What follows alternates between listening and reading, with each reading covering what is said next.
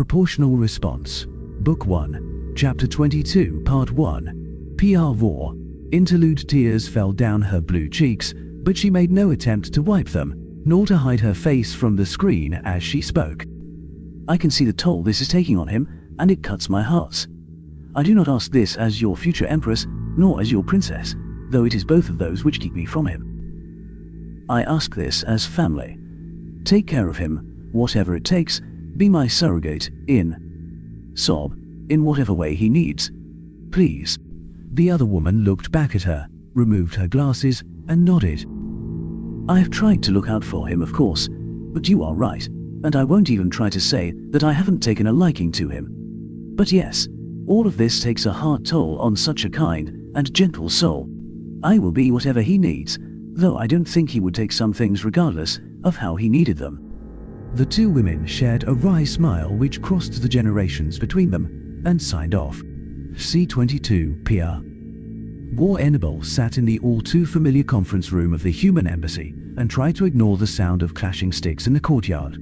His hand flexed, seeking another hand which hadn't been there for far too long, wished for what seemed the 1000th time today that he had his princess here to support him. We talk often enough, nearly every day, but it isn't the same.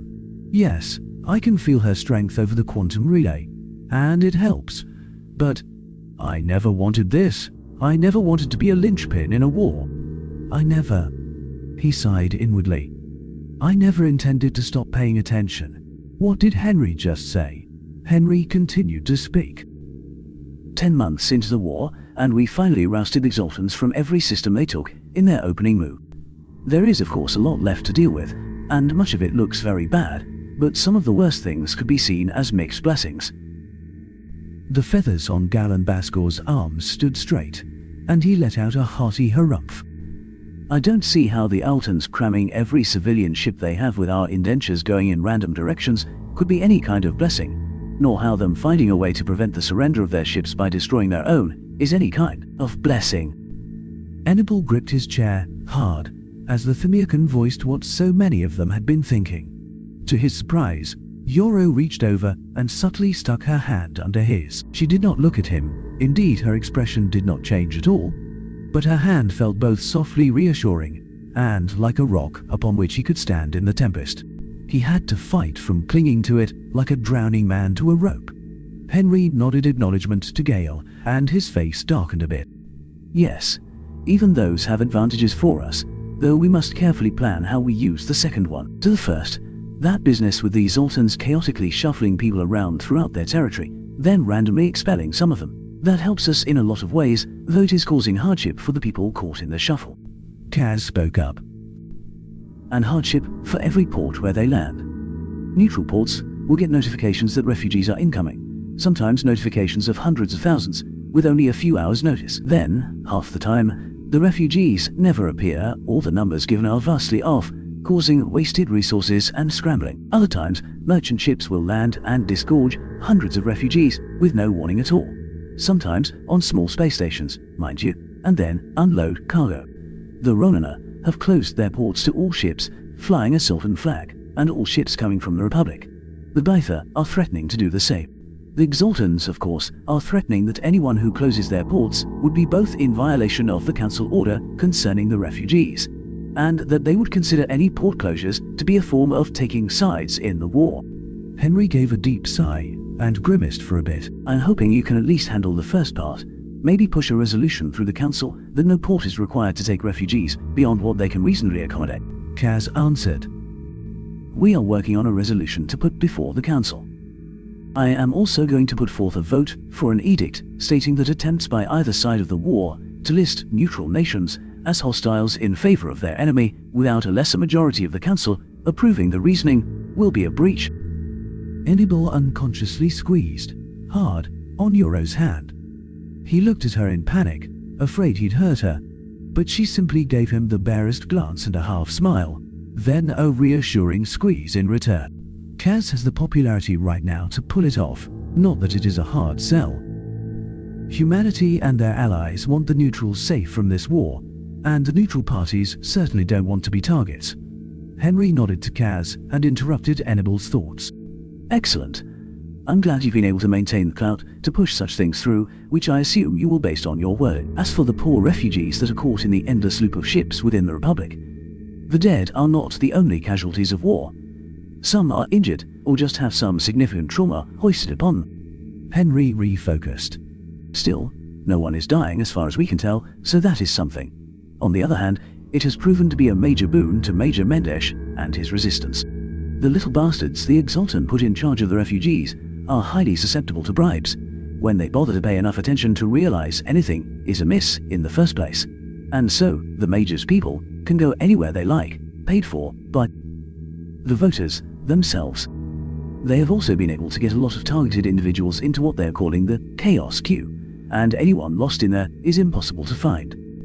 As to the voters blowing up their own ships, including those with voters on them, they have made a mistake of monumental proportions, and the Joint Admiralty is working on how to extract the most possible pain from that mistake. Balud rolled his eyes in opposite directions, then turned just so to look at Henry, in an Arabso expression of mild incredulity. Enebel himself didn't know how the humans expected to make the Zoltans pay for putting a gun to the head of every space sailor in their navy, but he also knew better than to doubt Henry when the man made an outlandish statement. Henry, for his part, continued on unperturbed.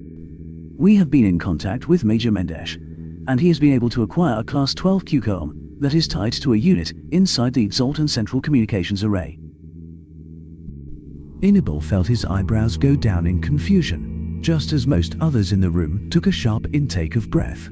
Yoro noticed his confusion and spoke. Enebel, the ex-CIA is supposed to be a tightly kept secret among the Altan, so of course, a lot of people know about it. It is an interchange of hundreds of Class 10 and higher QCOM relays, and there is no security inside of it, no way to tell which relay any given message came from. There is also no way for them to isolate any given relay. Well, that is not true. The thing has been built in layers over the centuries, and I suppose that they could attach electronics to the outside layer and try to isolate. Jake, the rotund human computer specialist, interrupted, startling Enebel. When did he even get in here? From what we know, no, they couldn't. It is designed to be internally secure and latch on to any relay it is given. It also only has one communications line between the relay and the Exaltan internet. The thing was designed to allow the various houses to scheme and talk trash at one another.